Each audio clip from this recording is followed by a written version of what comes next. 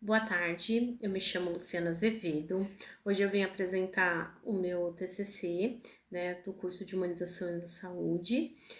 O tema desse estudo é Redução de Danos e Escuta Singular, um relato de cuidado em liberdade, sobre a orientação da professora Maria Elisa Gonzalez Manso. Esse trabalho, ele foi realizado através de um relato de experiência, no qual eu vivenciei no CAPS IJ em São Paulo. É um relato que conta a trajetória de Maria, uma adolescente com uso abusivo de substância.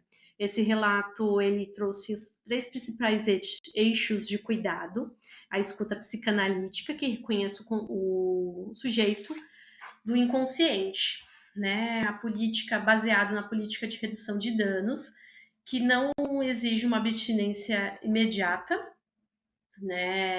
E acho que esses dois eixos eles vão falando não só de um de um cuidado sem uma figura de opressor e oprimido, mas um cuidado que preza a singularidade do sujeito.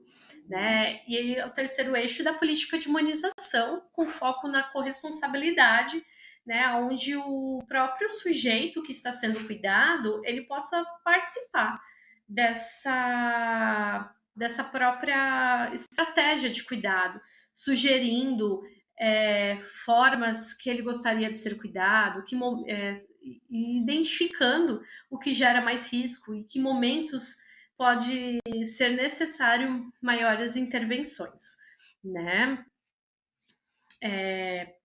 Como contextualização, eu vou contar um pouco aonde o estudo de caso nasceu, que foi no CAPS-J, localizado em São Paulo, na Zona Leste, onde uma adolescente compareceu ao serviço através de um cuidado inicialmente do genitor, que compareceu ao serviço com ela, devido ao quadro de uso abusivo de substância, chegando a um quadro de desorganização psíquica, no qual ela acabava se colocando em risco, riscos físicos e psíquicos também.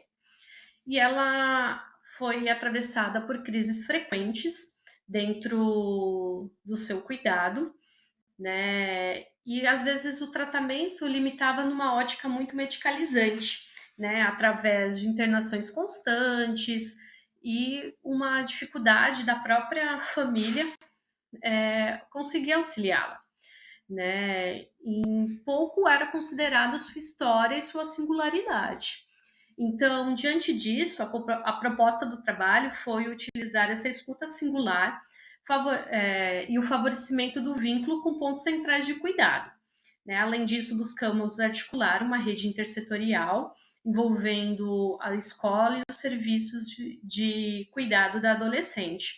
Ao longo da trajetória da Maria, ela sofreu abandono familiar, levando ela a ser institucionalizada, indo morar em um SAICA.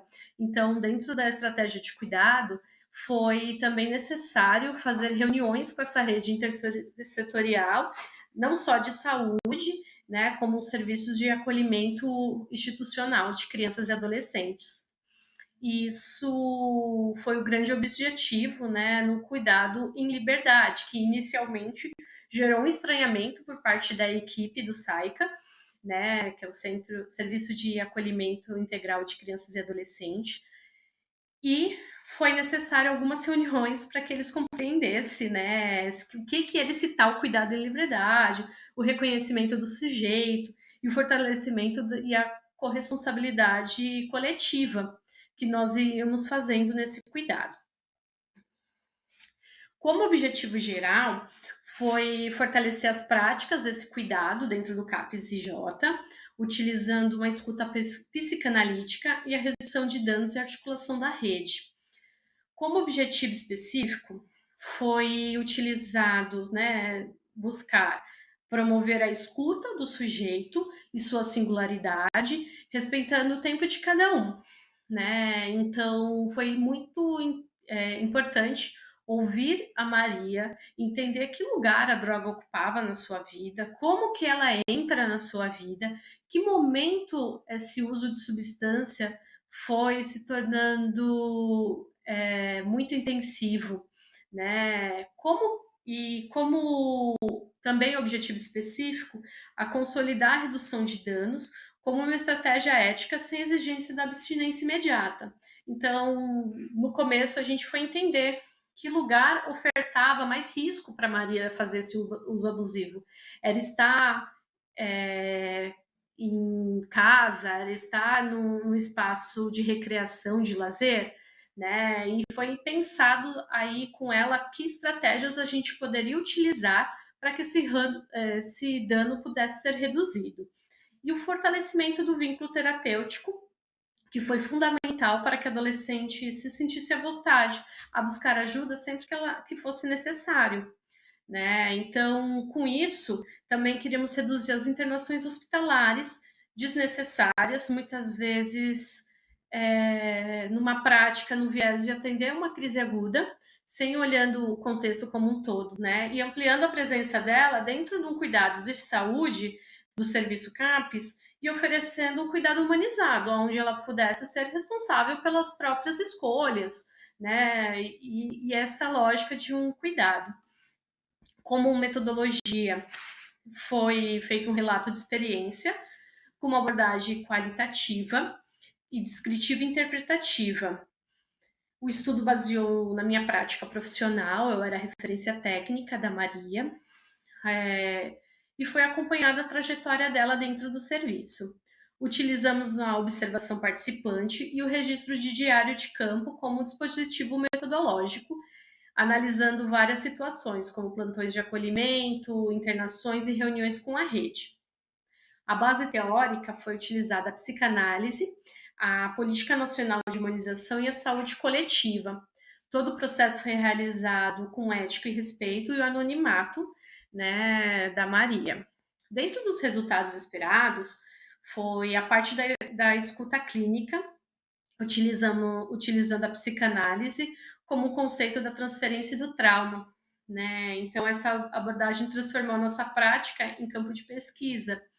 Né? Então, a partir dessa escuta singular, foi possível observar o que era o gatilho da Maria para utilizar esse uso abusivo de drogas. No caso, era um trauma, aí vindo de uma violência sexual, e como forma de esquecer esse trauma, ela utilizava do uso abusivo da substância, né, que era geradora de gatilho e às vezes gerando novas violências, né, devido ao quadro de desorganização que ela ia se encontrando.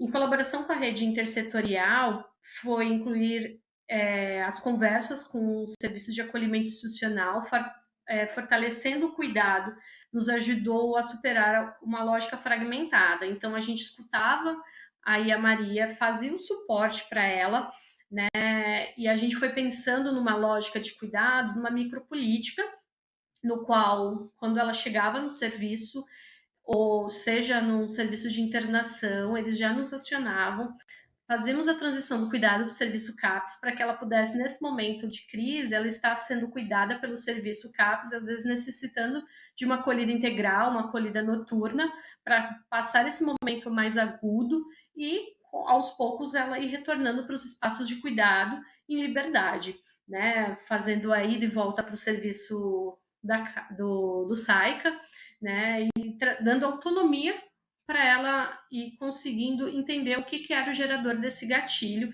para o uso abusivo. Nossa intenção nessa abordagem foi tornar um modelo de cuidado para que novas e mais potentes formas de fazer a saúde dos adolescentes sejam transformando essa prática diária numa reflexão constante, né, onde o adolescente possa ser olhado dessa ótica singular. E para concluir, esse trabalho defendeu um cuidado em saúde mental para adolescentes, especialmente aqueles de uso abusivo de substância, que deve ir além da abordagem medicalizante, né, no qual possa ser olhado aí como um todo, um vínculo de estudo, de escuta, de colaboração intersetorial, que isso foi o que se tornou mais eficaz e transformador dentro do relato de caso dela. Né? Esse cuidado humanizado foi uma postura ética e respeitosa, tanto com o sujeito, né, quanto com as formas de cuidado que foram ofertadas e o desejo da história, de como ela iria escrever essa nova história, né? Isso favoreceu muito a adesão e esse vínculo com os serviços. E essas são as referências bibliográficas que embasaram o trabalho.